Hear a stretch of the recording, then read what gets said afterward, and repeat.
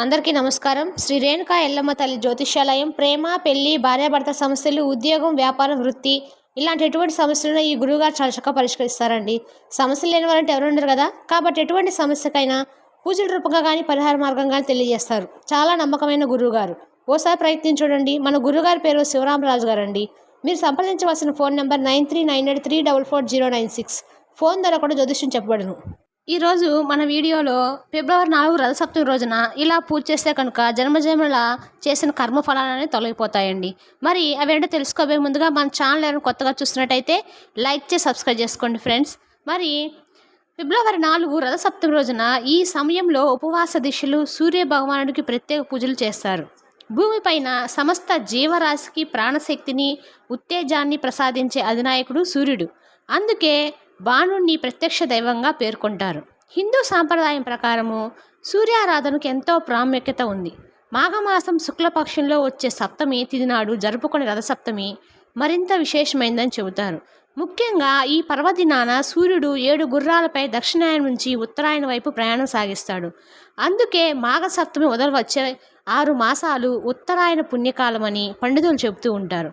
అందుకే ఎంతో పవిత్రమైన రథసప్తమి రోజున భక్తులు ఏకూజామునే లేచి నదీ స్నానాలు ఆచరించి సూర్య భగవానుని ఆరాధిస్తారు.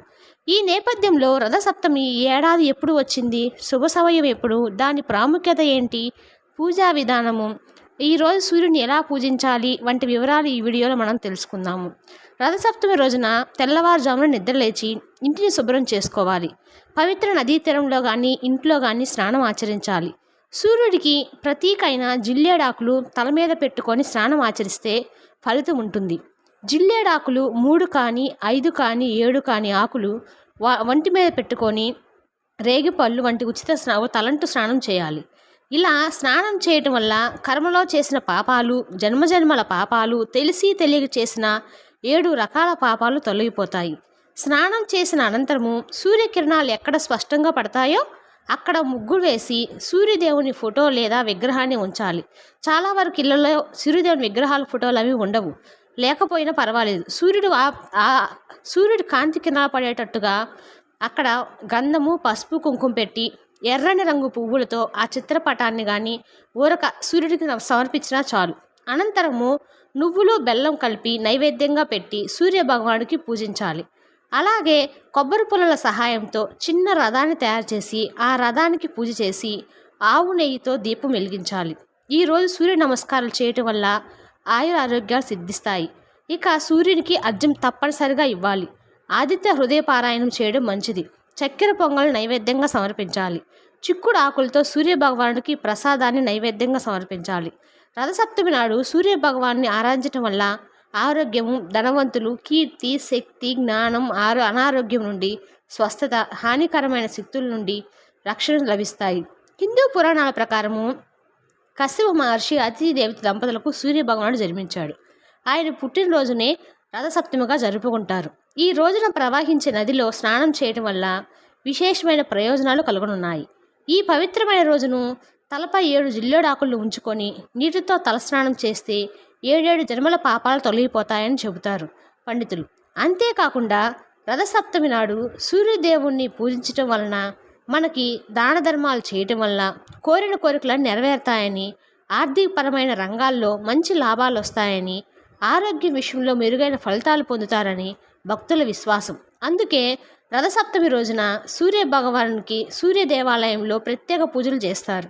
సూర్య భగవానుడికి సంబంధించిన 7 గుర్రాలు 7 వారాలకు చిహ్నాలు. ఈ 7 గుర్రాలను వేద ఛందస్సులని పేర్కొంటారు. గాయత్రి, త్రిశుష్, జగత్, అనుష్ఠుస్, పక్తి, బృహతి, విష్ణిక్ అనే 7 గుర్రాల రథంపై స్వారీ చేస్తాడు ఆదిత్యుడు. ఈ రథంపై మేషం నుంచి మీనం వరకు ఉన్న 12 రాశుల్లో ప్రయాణిస్తారు. ఈ 12 రాశులను పూర్తి చేయడానికి సూర్యుడికి దాదాపు ఏడాది సమయం పడుతుంది. సూర్యుడు రథంపై ఎక్కి సాగించే ప్రయాణము రథసప్తమి రోజు నుంచే మొదలవుతుంది. అందువలన రథసప్తమిని సూర్య భగవాన్ని ఆరాధించటం ద్వారా సూర్యదేవుడు భక్తులకు మంచి ఆరోగ్యము, కీర్తి, ప్రతిష్టలు, దీర్ఘాయుషు ప్రసాదిస్తాడని నమ్ముతారు. ఈ విధంగా సూర్య భగవాన్ని నమ్మటం వలన మనకి ఆయురారోగ్యాలు ప్రసాదిస్తారు. మాఘమాస శుక్లపక్షంలో అరోదయ సమయంలో సప్తమి తిథి ఉన్న రోజున రథసప్తమి వ్రతం ఆచరించాలి. ఈ రోజు సూర్యుడు పుట్టిన తిథి కాబట్టి రథసప్తమిని సూర్య జయంతి అని కూడా అంటారు.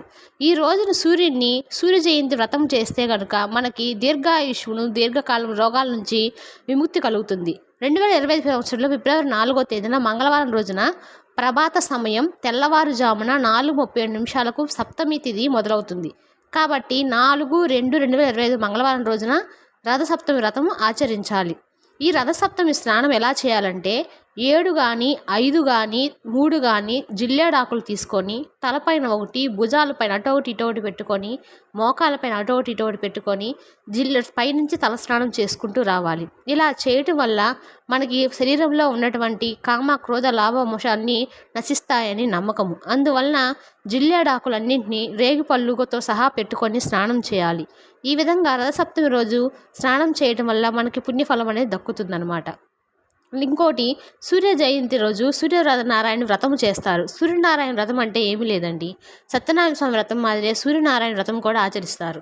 సూర్యనారాయణ వ్రతం ఆచరించడం వల్ల చాలా వరకు కూడా మనకు తెలిసి తెలియక చేసిన కర్మఫలాలు అనేవి తొలగిపోతాయి. అందువలన సూర్యనారాయణ అది చేయాలి. పూజ అనంతరము సూర్య స్తోత్రము, సూర్య అష్టకము, ఆదిత్య హృదయము స్తోత్రము, అరుణమంత్ర పారాయణము, సూర్య కవచం వంటివి పఠించి మరింతగా శుభాలు పొందవచ్చును. సూర్యునికి సమర్పించే క్షీరాన్నం ప్రసాదము చిక్కుడు ఆకుల్లో ఉంచి నైవేద్యం పెట్టాలి. రేగు పళ్ళు కూడా సమర్పించవచ్చును.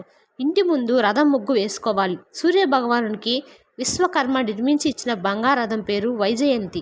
సూర్యుని రథానికి ఒకటే చక్రం ఉంటుంది. 6 ఆకులు కమ్మీలు ఉంటాయి. 7 గుర్రాలు పూనిన ఈ రథాన్ని అనూరుడు రథసారథి అనే అతను నడుపుతూ ఉంటాడు. ఈ రోజున ఇంటి ముందు రథం ముగ్గు వేసుకోవాలి. ఈ విధంగా రథం ముగ్గును వీలైతే ఉత్తరం దిక్కుకు ప్రయాణిస్తున్నట్లుగా వేయాలి. అంటే ఉత్తరం దిక్కు వైపు కాళ్ళుండాలి. ఈ విధంగా రథసప్తమి రోజు రథసప్తమి ముగ్గు వేసుకోవాలి. రథసప్తమి రోజున సూర్యుడికి అర్ఘ్యం ఇవ్వటం మాత్రం మర్చిపోరాదు.